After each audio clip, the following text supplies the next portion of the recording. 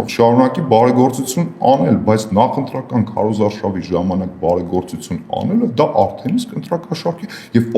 օրենքով սահմանված կարգով թույլատրելի չէ։ Խնդիրը այստեղ է,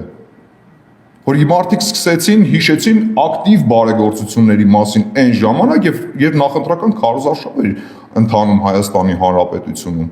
Հանկարծ հիշեցին ինչ-որ հեռուստացույցներ նվիրելու մասին։ Հարգելիներս, ձեզ հիմա ոչ ոք ոչինչով չի խանգարում, տարեք մարդկանց հեռուստացույցներ նվիրեք, բայց դա անընդունելի է նախընտրական քարոզարշավի ժամանակ։ Խնդիրը հենց այստեղ է։ Իսկ ինչ վերաբերում է բարեգործներին եւ բարեգործություններին, վերջիններից ոչ ոք ոչինչով չի խոչընդոտել այդ բարեգործությունները անել։ Բայց միևնույն ժամանակ թույլ տվեք նաև շեշտել, որ գիտեք ինչ կա, եթե մարդիկ կարծում են, որ պետք է անեն բարեգործություններ, քաղաքական դիվիդենդներ շահելու համար, կներեք, բայց սա էլ անընդունելի է։ Բարեգործությունը չի կարող ենթադրել քաղաքական դիվիդենդների ընկալում։ Չի կարող այդ բարեգործությունը հետագայում դառնա քվե իրենց ուժի օգտին։ Դա անընդունելի է։ Թերևս գոնե առնվազն բարոյական տեսանկյունից։ Դե օրինակ նոր պատգամավորներից ուժեղ Հայաստանի ասում են, որ թույլ չեք տալիս բանի ծորենի այդ մուտքի ժամանակն է եւ կոմբայնը չի կարող աշխատել։ Շատ ներողություն, բայց նախընտրական process-ների են պատրաստվում մարզերում։ Այդ նորից էլի հանկարծ հիշեցին բարեգործությունների մասին։ Հունվար ամսին թող անեին, դեկտեմբերին անեին, փետրվարին անեին, նախորդ տարի թող անեին։ Հիմա հանկարծ երբ իմացել են, որ գիտեք ինչ կա, այդ համայնքում ընտրություններ են լինելու, ձևի համար մի հատ կոմբայն են առը կանգնացրել են այնտեղ, ասում են, այ տեսեք, նորից էլի թույլ չեն տալիս, մենք ուզում ենք բարեգործություն անենք, լավ բան անենք այս ժողովրդի համար, մեզ թույլ չեն տալիս։ Ձեր ցավը տանեմ, բա մինչև հիմա ուր եք։ Ինչի մինչև հիմա այդ կոմբայնի մասին չէիք հիշում։ Այդ բարեգործությունները ավելի վաղ անեիք, ավելի շուտ անեիք։ Ընդհանրապես այս ամեն ինչը շահարկման համար է արվում, որ բերեն կոմբայնը կանգնացնեն, ասեն, հայ տեսեք կոմբայն առանք, ուզեցինք ժողովրդին լավություն անենք, մեզ հիմա թույլ չեն տալիս։ Դե կներեք, օրենքը թույլ չի տալիս։ Նախընտրական process-ներ են, իմ ընտրություններ են լինելու։ Պարոն Չախոյան, երեք Ադրբեջանի պաշտոնյաներից հաջողը հայտարարել էր, որ ժամանակության փոփոխության ազդակներ Հայաստանից ստանում։ Ինչ ազդակների մասին։ Ես տեղյակ չեմ, նախ ծանոթ չեմ Հաջիևի հայտարարությանը եւ տեղյակ չեմ ու չեմ կարող ասել, թե ինչ ազդակների մասին է խոսքը։ Եվ ընտրակաշարքների հետ կապված այդ գործերը ուժեղ Հայաստանի ներկայացուցիչները չեն զորում որևէ թե կանգնախոստովանական ցուցիչներ, այն նշեցիք նոր բարեգործության հետ կապված եւ ասում են բարեգործությունը դրանից ոչ մի հանցավոր արարք չկա։ Բայց հիմա երբ որ գործողություններ սկսեն, որ ցուցումից առաջ կապավարությունները որպես ընտրակաշար, եւ համարել են որ Այն որ մեր ընդդիմադիր գործընկերները չեն ընդունում ընտրակաշարքի հարյուրավոր դեպքերը, կներեք, բայց սա աբսուրդի ժանրից է առնվազն։ Այդ դեպքերը մի հատ չեն, երկու հատ չեն, մի քանի տասնյակ չեն, հարյուրավոր դեպքեր են։ Ընդ որում խեղված ճակատագրերի մասին են այս դեպքերը խոսում։ Ազգային ժողովի նիստերի դալիճում այդ մարդիկ հայտարարում են, ասում են շանտաղություն է ընտրակաշարք բաժանելը։ Դե կներեք, ժողովուրդ ջան, ձեր փեշերից հեռու դուք ընդհանրապես կապ չունեք այդ ընտրակաշարքի հետ։ Լավ կամ ինչ երեսով եք նայելու մեր ժողովրդի աչքերին։ Մեր հասարակությունը, մեր քաղաքացիները, մեր ժողովուրդը գիտեն, չէ՞ ախր ով է ընտրակաշարք բաժանել։ Բա որ ասում եք շանտաղություն է, պատկերացնում եք ձեզ արդեն ինչ աչքերով են նայելու մեր ժողովուրդը։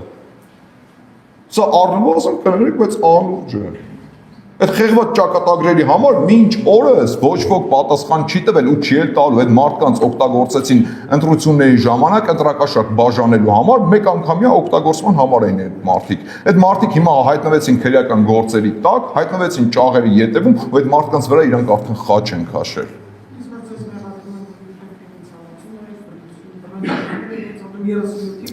Ես այդ հայտարարությունը արել եմ ու նորից եմ կրկնում։ Եթե մեր ընդդիմությունը կարծում է, թե այս ազգային ժողովը լեգիտիմ չէ, խնդրեմ թող դուրս կամ փողոց իշխանափոխություն անեն։ Իսկ այն պնդմանը ընդդիմության, թե երկրում բռնաճնշումներ են իրականանում, կներեք,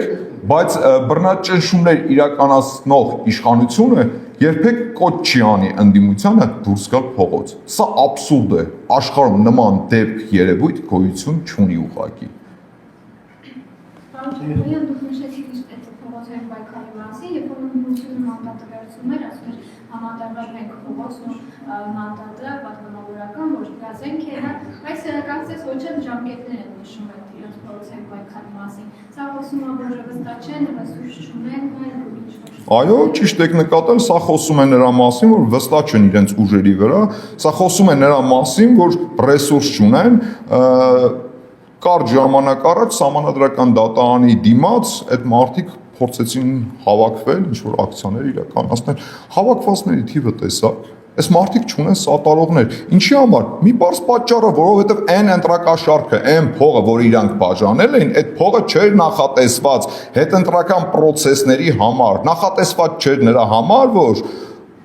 ընտրություններից հետո մարդիկ ստիպված լինեն այդ փողի դիմաց դուրս գան փողոց։ Այդ փողը նախատեսված էր ընդամենը ընտրություններին իրենց քվե տալու համար։ Իսկ հետընտրական պրոցեսների մասին ոչ մի պայմանավորվածություն չկար։ Ու իրանք էլ հիմա շատ լավ գիտեն ու համոզված են, որ եթե հանկարծ դուրս գան փողոց, խայտառակ են լինելու ուղղակի։ Պարոն Չապոյան, անցած 4 օրերի ընթացքում ընդդիմությունը ձեր ընդդիմադիր գործընկերները կարծեք թե փորձում են կառուցողական մթնոլորտում աշխատանք ձևավորել ազգային ժողովում, ինչ է կարծում, ստացվում նրանց հետ այդպես աշխատել եւ նաեւ ձեր ընդդիմադիր գործընկերներից 3 հայտարարեցին, որ առաջ կան։ Եվս համանadեցման համանազատման աշխատանքներ տեղի ունենան եւ այդ ընթացքում իշխանությունը պետք է իրենց բառերով ասած տարածքներ կհանձնի։ Այս մասին որևէ մեկնաբանություն։ Գիտեք, ինչ կա տարածքներ հանձնելու մասին հայտարարությունները, ես կարծում եմ մեր հասարակության, մեր հանրության մոտ առնվազն արդեն քմծիծաղ են առաջացնում, որովհետև 20 թվականից այսքան անդադ խոսում է ինչ-որ տարածքներ հանձնելու, արտատարածքային միջանցք տալու մասին, հասկանում եք, այս ընթացքում տարիների ընթացքում տեղի ունեցած բոլոր պրոցեսները հակառակը ապացուցեցին։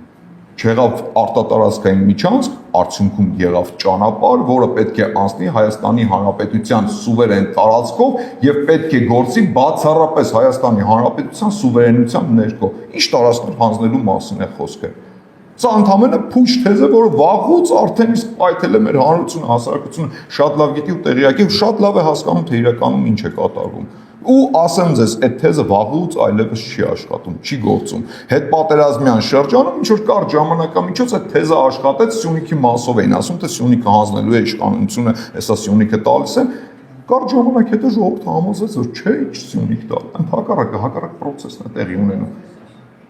Սյունիքում աննախադեպ մասշտաբների ծավալների շինարարություն է տեղի ունենում։ Անկամ կհիշեք Բագրատ Գալստանյանի հետ փոխկապակցված գործով ձայնագրությունների մեջ ընդդիմադիր գործիչներից, եթե չեմ սխալվում, Արթուր Սարգսյանն էր, հիշատակում էր, որ Սյունիքում ազատ մարդ չի մնացել, պարապ մարդ չի մնացել, որոնց փորձեն օգտագործեն ներգրավեն իրենց ակցիաների ու ցույցերի համար։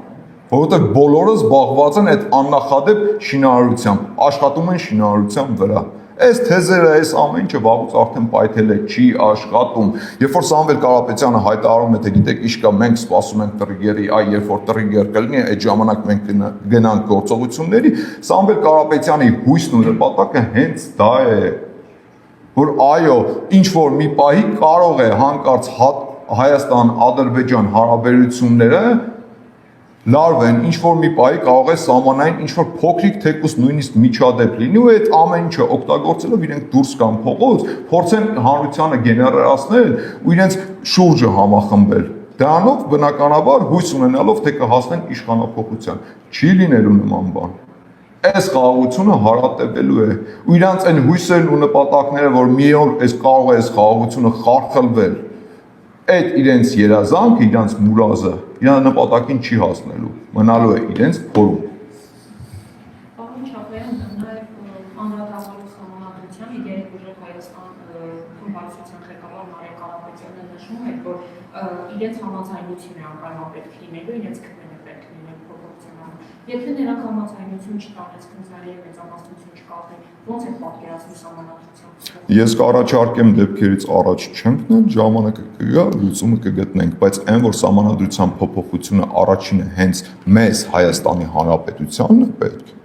դա միանշանակ է։ որովհետև սահմանադրության փոփոխությունը պետք է նաև ապահովի խաղաղության հարատևումը։ Այդ որ մատի փաթաթան են սարքի անընդհատ ասում են անկախության հռչակագիր, նոր սահմանադրության մեջ հղում չկա անկախության հռչակագրին, ինչի համար չկա։ Մի պարզ պատճառով, որովհետև Ղարաբաղյան շարժման էջը Հայաստանի Հանրապետությունում դե ֆակտո փակված է, բայց դե յուրե դեռ փակված չէ։ Ու առաջինը դա մեզ է պետք փակել, որովհետև այդ էջը դե ֆակտո եւ դե յուրե փակելով մենք խաղաղության հարատևությունն ենք ապահովելու։